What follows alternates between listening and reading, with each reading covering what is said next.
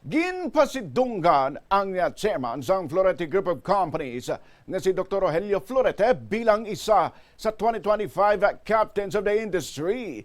Ginhatag sa Philippine Chamber of Commerce and Industry o kon PCCI Iloilo Chapter kay Dr. Florete ang nasabit nga award sa seremonya nga ginpanigayon sa Iloilo Convention Center kadungan sang PCCI 120 years of Iloilo Chamber Movement Celebration. Si Dr. Florete ang kalakip sa 12 ka mga Ilonggo entrepreneurs nga honorees o kun ginkilala bangod sa dako nga kontribusyon sini sa industriya sang media bangod sa pagpasanyog sang Bombo Radio Philippines hindi lang sa Iloilo kundi sa iban nga bahin sang pungsod kag paghatag sang trabaho sa mga Ilonggo kag sa mga Pilipino. Sa interview sang Bombo Radio kay Engineer Fulbert Wu ang presidente sang PCCI Iloilo Chapter, iya ginpahayag nga isa si Dr. Florete sa mga business leaders kag founders nga gintungdan ang dako nga papel sa pagbukas ng economic opportunities kag paghatag sang substantial kag quality employment.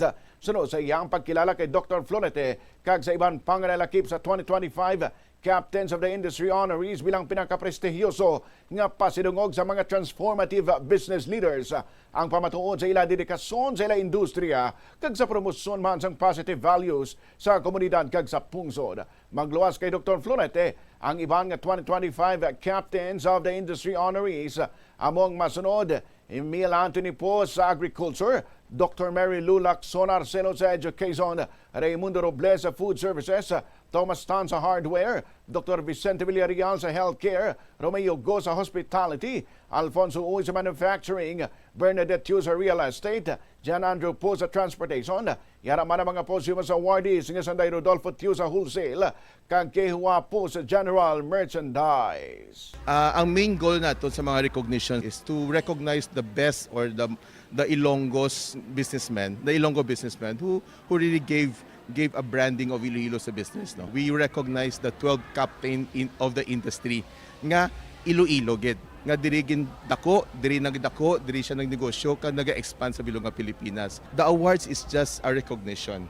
But the importante diri kung paano ginpadako sa isa ka Ilonggo ang negosyo para makalambot sa bilog nga Pilipinas. And to tell everybody, business is just not about numbers or mga siguro ang numero nga gina-income naton. Business should be like inspiration, no? Inspirasyon sa mga komunidad naton nga mag-expand sa ilang negosyo, makabulig, because we're doing business, we're also helping the community. That's our goal for PCCI Iloilo, servant leadership. Nabalikan si Engineer Fulbert Wu ang presidente sang PCCI Iloilo. Gindayaw naman sang chairman sang PCCI Iloilo ang mga honorees bangod sila paghatag inspirasyon sa iban man nga mga negosyante sa Iloilo pagi sa pagpasanyog sa ilang negosyo sa sulod na sang pila ka dekada. This is a momentous milestone for our business organization, PCCI Iloilo, for reaching 120 years of chamber movement sa siyudad sang Iloilo.